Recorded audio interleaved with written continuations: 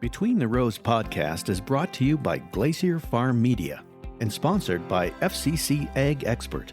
Hey, do you know what's new and improved? Ag Expert software. What's that? Ag Expert? It's field and accounting software designed for Canadian agriculture. No, that's Sparkle Sound. When I say Ag Expert? Yeah, that. Well, Ag Expert Field helps you manage your farm. And Ag Expert Accounting is the accounting software in Canadian agriculture. But it's so new and improved, it still has that sparkle to it. Mm-hmm. Can I use it on my phone? Of course, it's built for modern agriculture. Try it for free at agexpert.ca. Welcome to Between the Rows, where you get to hear the stories behind the stories in Canada's leading farm publications. Hello, and welcome to Between the Rows. I'm Ed White, your host this week. Right now, some of you are harvesting, and most of you plan to join in the coming days and weeks. We'll get a markets update from Bruce Burnett of Glacier Markets Farm later in the program to lay out what farmers will be looking at once they have crops off the field and in the bin. We'll get an update on the situation in the Maple Leaf Foods hog slaughter plant in Brandon from Geraldine Witchers of the Manitoba Co-operator. But first, we look at a growing menace to Canadian farms: cybercrime. Hello, John, and welcome to the show. Thanks, Ed. So, tell us about a particular situation in Southwest Ontario that you looked into. So I've heard of several incidents, actually, which led me to decide this was something that really needed to be looked at. And the biggest was when the Agrimarket Group, which is a large player in crop retail in southern Ontario, ended up being hacked by a group that then locked down their computer systems. And that, so I wanted, they eventually were good enough to send me some responses to questions about that, because they're, they had been, on the dark web where these things happen. They had been, the hackers had, made public their name, and then the cybersecurity press ended up being on it and had made their name public. So we did discuss it a bit, but that was the kind of the big high profile one. Is when a major ag retailer had their email and their computer systems locked down. And that wasn't, it wasn't just their company information that got breached. So when they breached their company information, they ended up getting the information of their customers, and that was what the hackers and unfortunately this incident was one of the first times that this major hacker group decided to try to auction off the data. Usually they asked for a ransom or demanded a ransom, and the Agrimarket Group, as they said, is consistent with their and what was recommended to them, refused to pay the ransom. So this hacker group decided to try to auction off the information, and among that, in the examples that they put out, that they had included personal information of farmers. And what kind of personal information? So what they it was basically credit checks. So what they had put out included social insurance number. They did blank out most of the information. Although I was able to guess by a bit of the information there which farmer it was, and I was able to contact them and have a chat about them. They weren't all that excited, but interestingly enough, that farmer actually had their information on their farm hacked at one point, and hackers had accessed their bank account. So as that farmer was part of the larger corporate hack, had also already been hacked himself. So I think it's probably more common than we realize. And what can happen if someone gets your information, like a credit application, auctions it off on the dark web? Maybe you don't know about it, maybe you do. But what can happen if someone gets that information? What can they do against you? So it's really up for debate how much they do. If you know that they've got it, then it's much more difficult for them to do it. The banks have come a long, long way in monitoring for that sort of for the sort of activity that's not regular, and then if you let them know that they're even more vigilant. So your social insurance number, for example, can can be used to create, to impersonate you, to get credit, to to buy services, that sort of thing. And then if they have banking information, then they can actually get into your bank account, right? But that it doesn't always get to that point, but certainly some do. So so it's certainly a concern for any business, because it's it happens more easily and all of a sudden than you would expect, and it is almost always somebody within your own organization that opens the door. And they don't always know that they've opened the door. Sometimes you're like, it isn't like someone being a deliberate agent of a hacker. Someone can do this quite just not realizing they opened the wrong link in an email, right? That's it.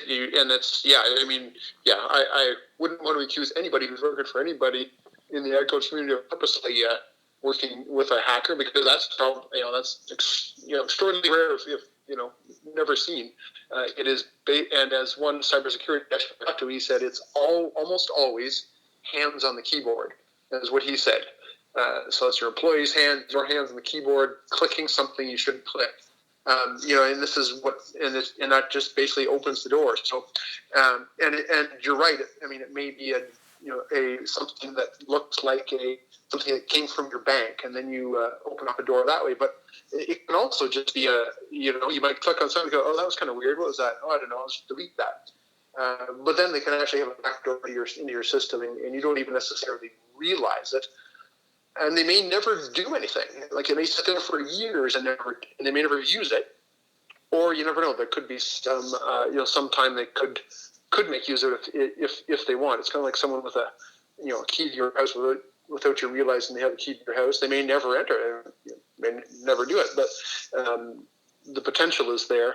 And where that gets to be a concern in agriculture from some of the cybersecurity experts I talked to is more and more state side actors, countries or agencies that essentially are finding ways of opening doors with the idea that someday, if they needed them, they could use it. And the one the cybersecurity lab at the University of Guelph, says imagine if they turned all the fans off in your chicken barn, or played with the ventilation in your cold storage unit for apples or something like that. So I said those are the sort of things that may never happen, but is becoming an increasing concern for cybersecurity experts relating to food security.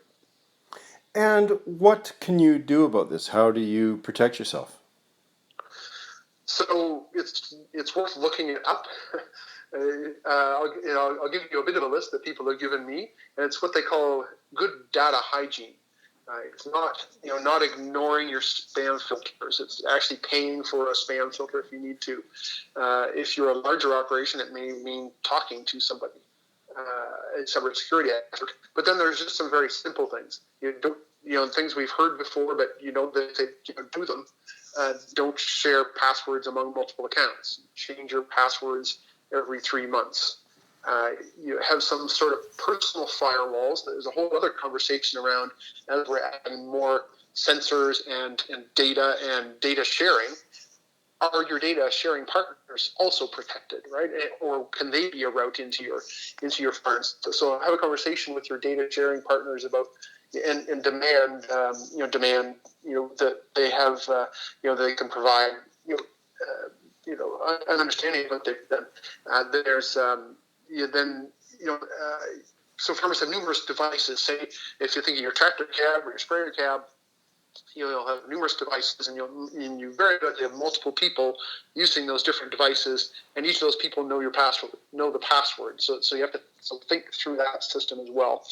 And then there's redundancies you can also use, such as off-site, backup of your data. So if someone comes in and locks your data, if you have a firewall off-site, then you at least have a copy of most of it. So, and then a cybersecurity expert told me you would be amazed that even after someone knows they have a breach, how many months it takes before they actually change their passwords. So people are really, people really just don't get around to it. And increasingly, when you're running significantly complex systems that have a lot of your information, it's probably something you need to think about.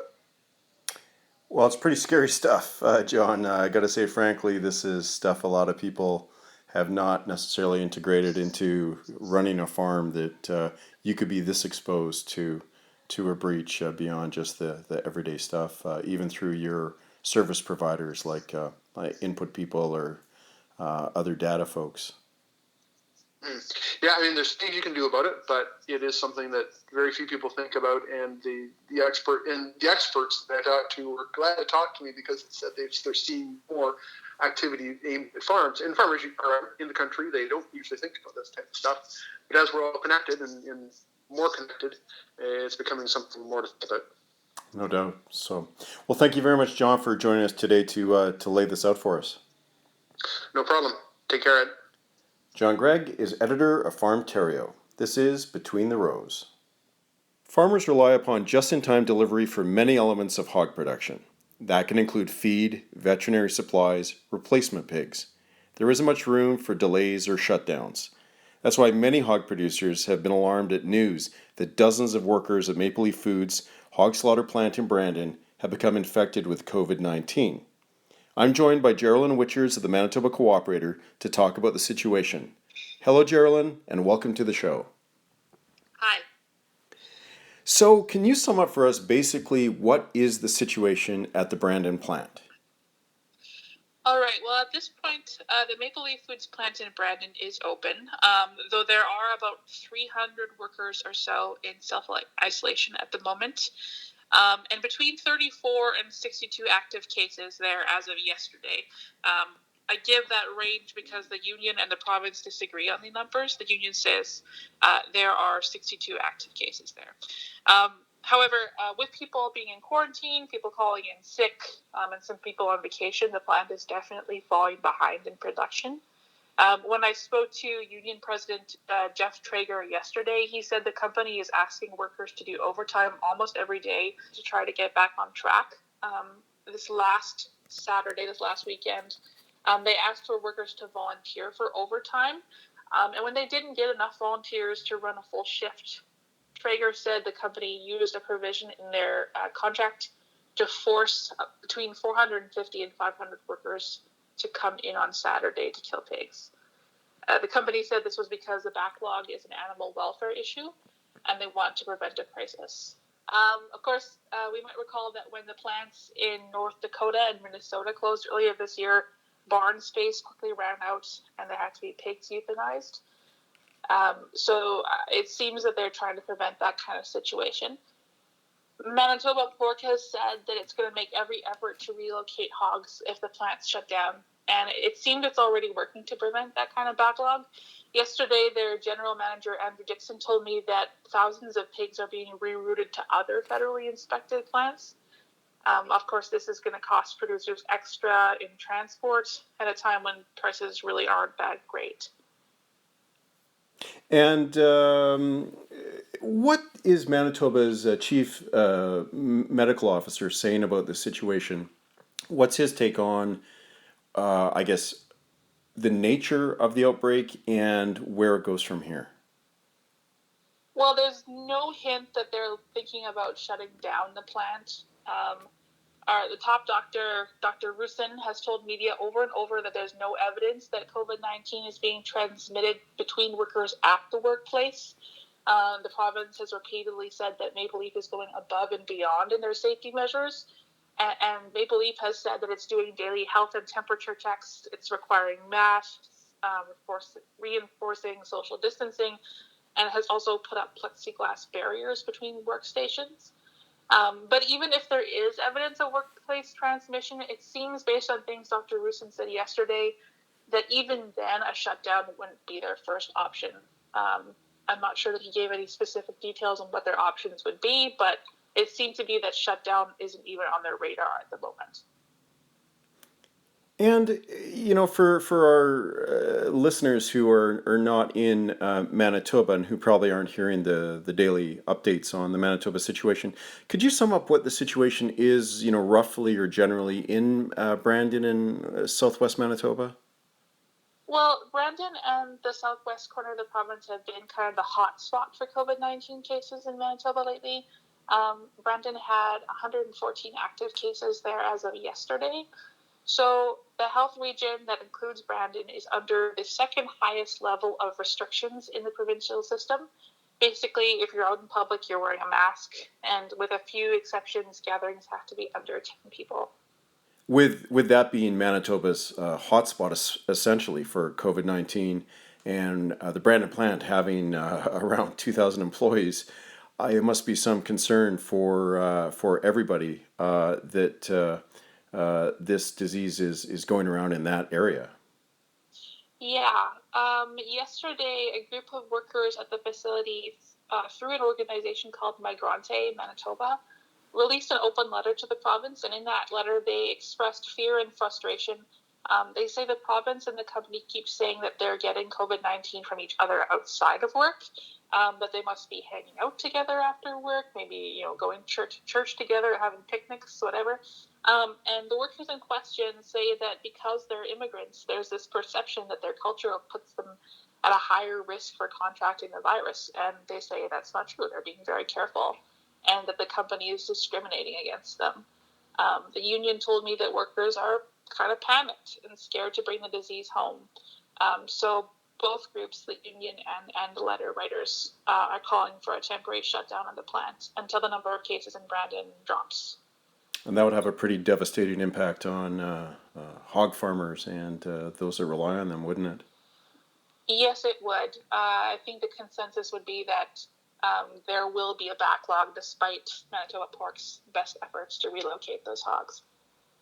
And I can imagine with the upcoming, only a few days away, back to school season and the back to the office season after summer holidays, we're going to be watching this COVID-19 situation in Brandon and how that affects the plant pretty closely over the coming weeks and months.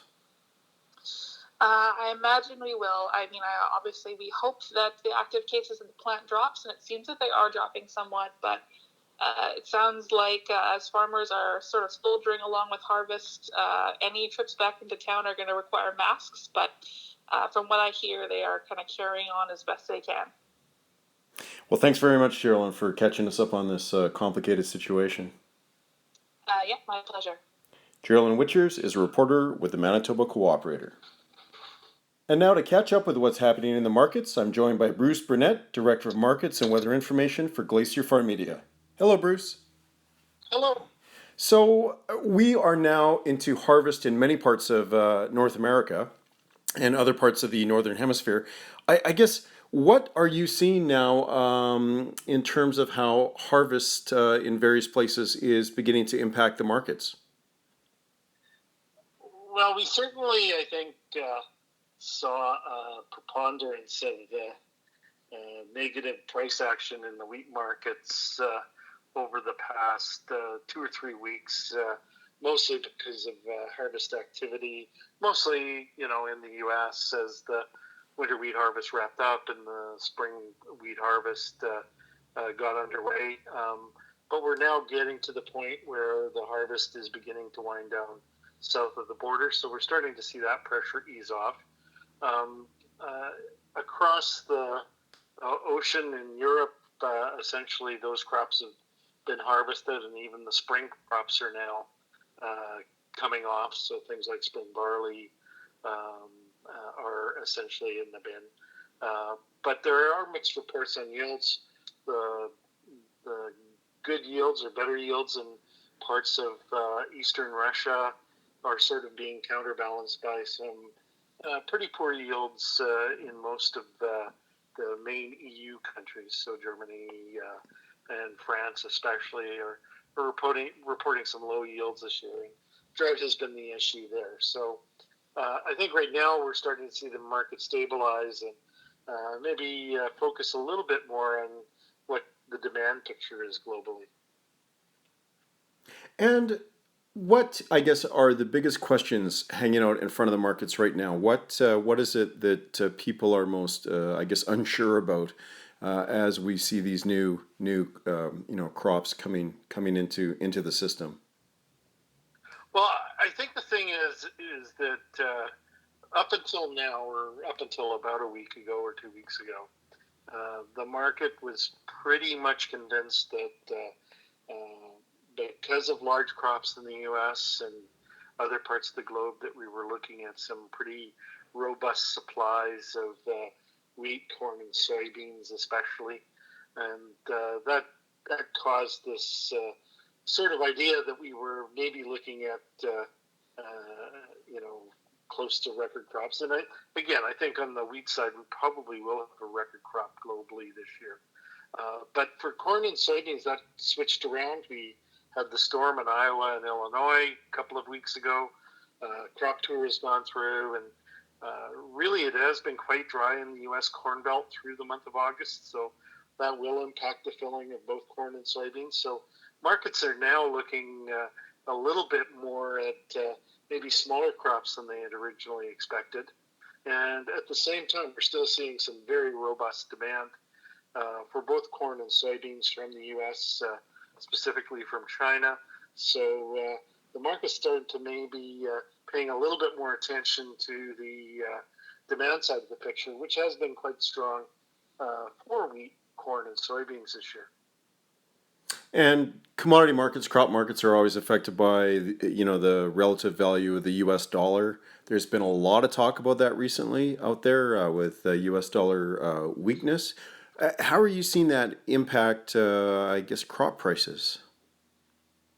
Well, it depends on exactly what crop you're talking about, but certainly that's one of the reasons I think that we're starting to see grain and oilseed prices move a bit higher here, is because of the weaker U.S. dollar, and that would be specifically for commodities priced in U.S. dollars.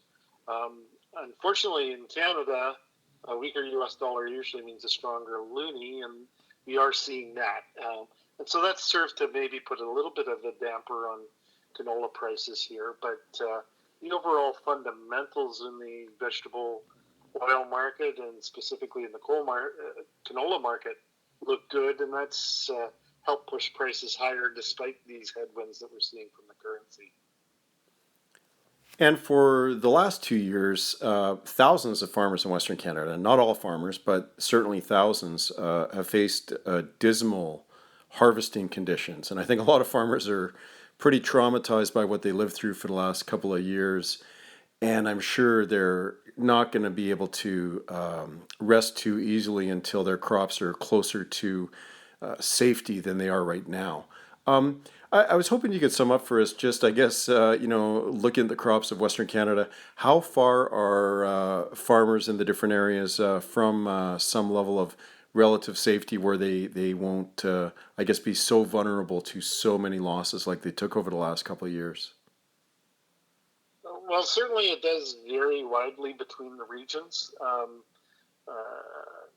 In the southern growing areas from Manitoba through to southern Alberta, and by this I'm meaning south of the Trans-Canada Highway, those areas are well along in terms of harvest. They've managed to get most of the earlier crops in, the pulses, the winter wheat, the barleys, and now we're focused in those areas specifically on the spring wheat and durum harvest. So that's going pretty well there.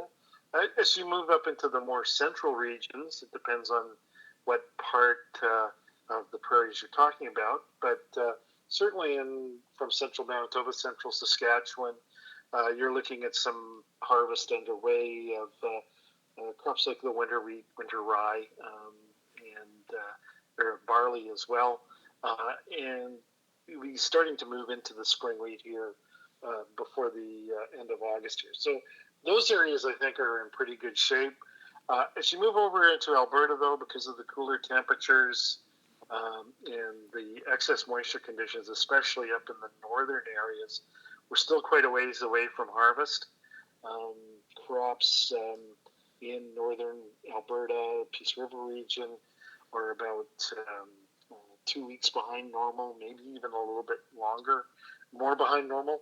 And that's even with these warm conditions that we've had over the past couple of weeks.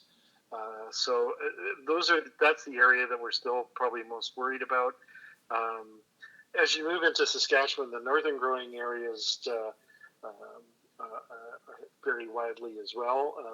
In the northeastern parts of Saskatchewan, dipping over into northwestern Manitoba, you're actually seeing a fairly robust early harvest activity, and it's because these regions were fairly dry as you went through the growing season, and that pushed crops along very quickly, as well as they received the heat.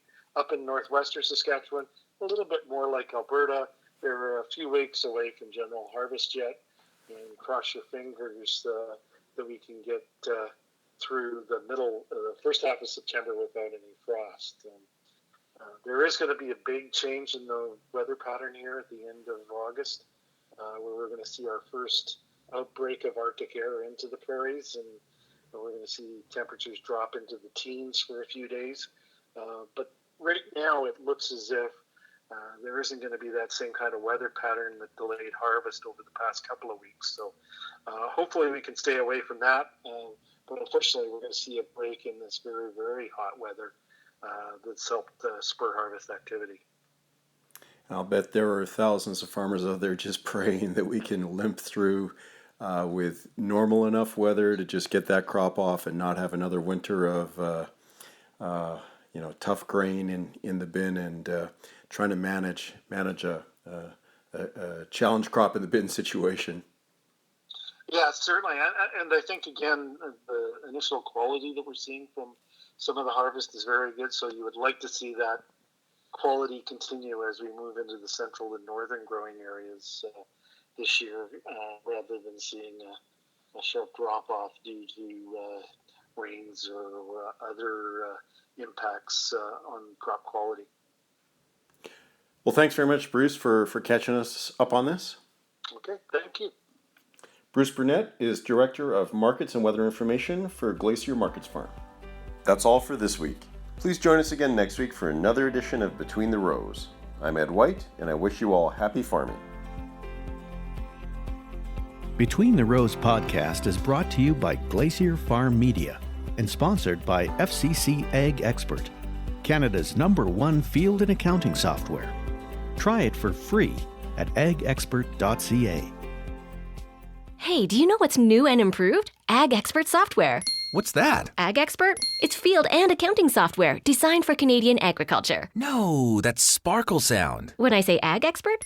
Yeah, that. Well, Ag Expert Field helps you manage your farm. And Ag Expert Accounting is the accounting software in Canadian agriculture. But it's so new and improved, it still has that sparkle to it. Mm-hmm. Can I use it on my phone? Of course, it's built for modern agriculture. Try it for free at agexpert.ca.